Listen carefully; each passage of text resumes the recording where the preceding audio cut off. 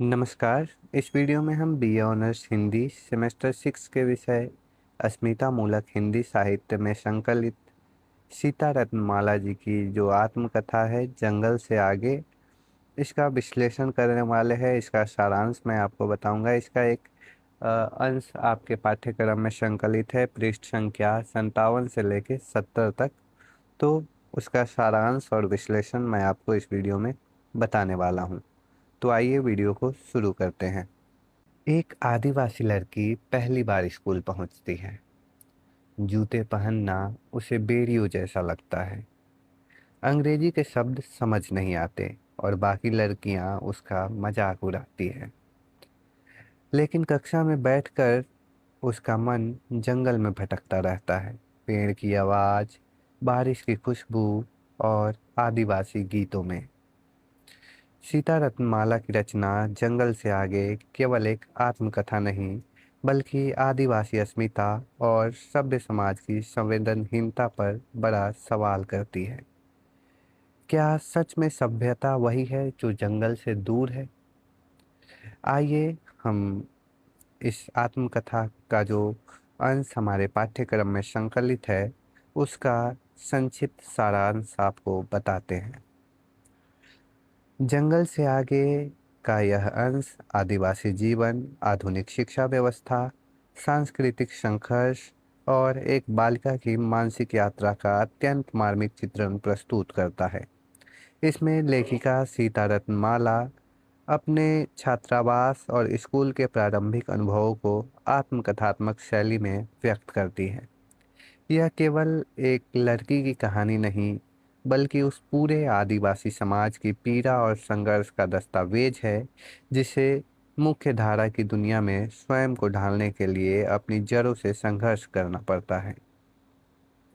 कहानी की शुरुआत एक रहस्यमयी प्राकृतिक वातावरण से होती है। रात की शांति है, सियारों की आवाज आ रही है। पहाड़ और घने जंगल मिलकर एक जादुई संसार का निर्माण करते हैं। सुबह होते ही लेखिका जल्दी जाग जाती हैं। छात्रावास की पहली सुबह उसके लिए रोमांच और आश्चर्य से भरी है। वह खिड़की से बाहर धौलागिरी की चोटियों, कोहरे, ओस और ठंडी हवाओं को देखकर मंत्रमुग्ध हो जाती है। प्रकृति का यह दृश्य उसके भीतर आनंद और उत्साह भर देता है। लेकिन इसी सुंदर वातावरण के बीच उसे छात्रावास का बंद और अनुशासित माहौल अच्छा नहीं लगता। वह खुले जंगलों की स्वतंत्रता की अभ्यस्त है, इसलिए पहली मंजिल पर कैद होकर नीचे जमीन को देखना उसे अस्वाभाविक प्रतीत होता है। यहाँ लेखिका के मन में स्वतंत्र आदिवासी जीवन और अनुशासित आधुनिक जीवन के बीच पहला संघर्ष दिखाई देता है। छात्रावास की हाउस मिस्ट्रेस लड़कियों को घंटी बजाकर जगाती हैं। वह कठोर स्वभाव की है और लेखिका को यह चेतावनी देती है कि उसके जगाने से पहले उठना नियम के विरुद्ध है। लेखिका अन्य लड़कियों को देखकर उनके व्यवहार की नकल करती है, क्योंकि वह इस नए संसार के तौर तरीकों से पूरी तरह अनजान है। स्नान घर में गर्म पानी के शावर का अनुभव उसके लिए बिल्कुल नया और आनंददायक है। जंगल के प्राकृतिक जीवन से आई लड़की के लिए यह आधुनिक सुविधा किसी चमत्कार जैसी लगती है।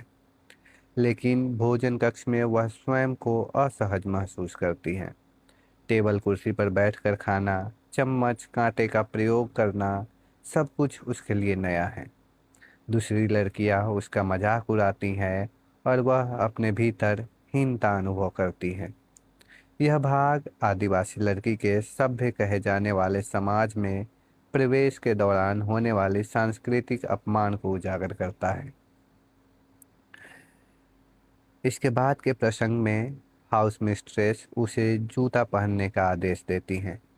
लेखिका ने पहले कभी जूते नहीं पहने थे।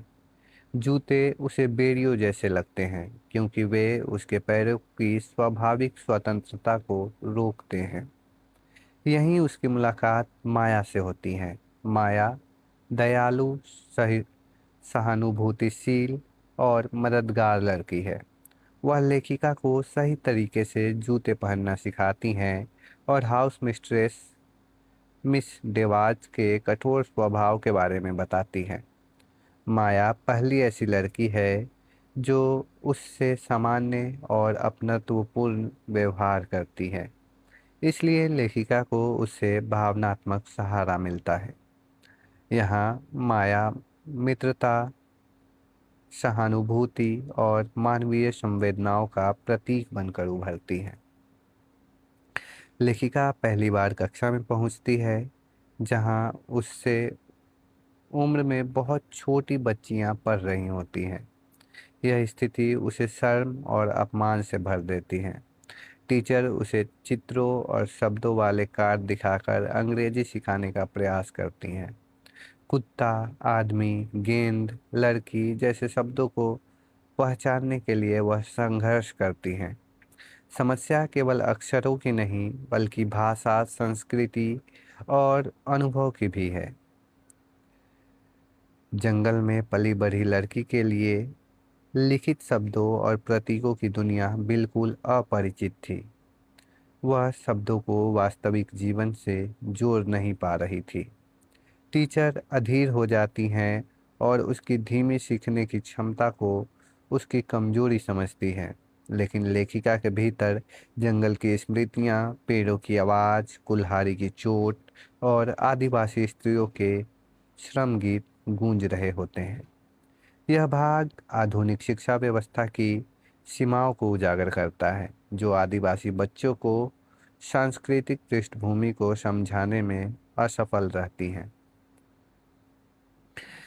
कक्षा में बैठे हुए भी लेखिका का मन जंगल की दुनिया में भटकता रहता है। उसे पेड़ों की सांस सुनाई देती है, कुल्हाड़ी की चोट महसूस होती है और जंगल का जीवन याद आता है। खिड़की से गुजरती बदागा स्त्रियों को देखकर उसे अपने समाज की स्त्रियां याद आती है। उनके श्रम गीत उसके भीतर गहरे भाव जगाते हैं। यहाँ लेखिका स्पष्ट करती हैं कि उसकी वास्तविक दुनिया जंगल और प्रकृति है, न कि स्कूल की कृत्रिम दुनिया।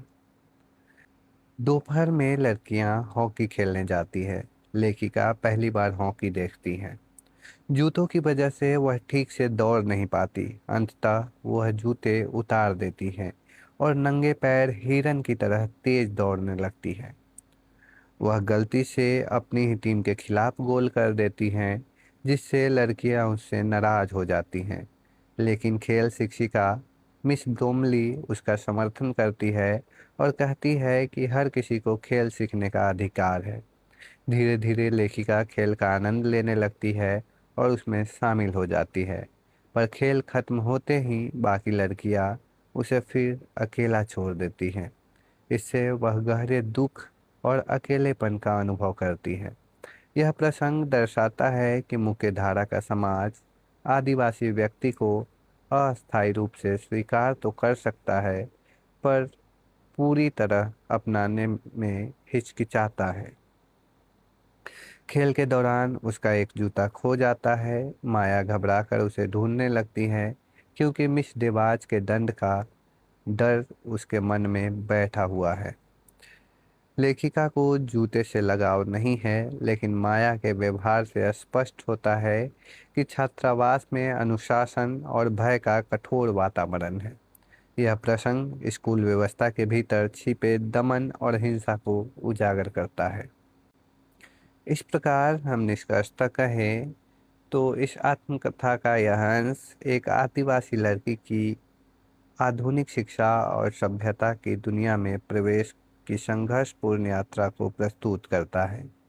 लेखिका ने अत्यंत संवेदनशीलता के साथ दिखाया है कि किस प्रकार एक आदिवासी बच्ची भाषा, पहनावे, भोजन, शिक्षा और सामाजिक व्यवहार जैसी हर चीज में स्वयं को अलग और अजनबी महसूस करती हैं।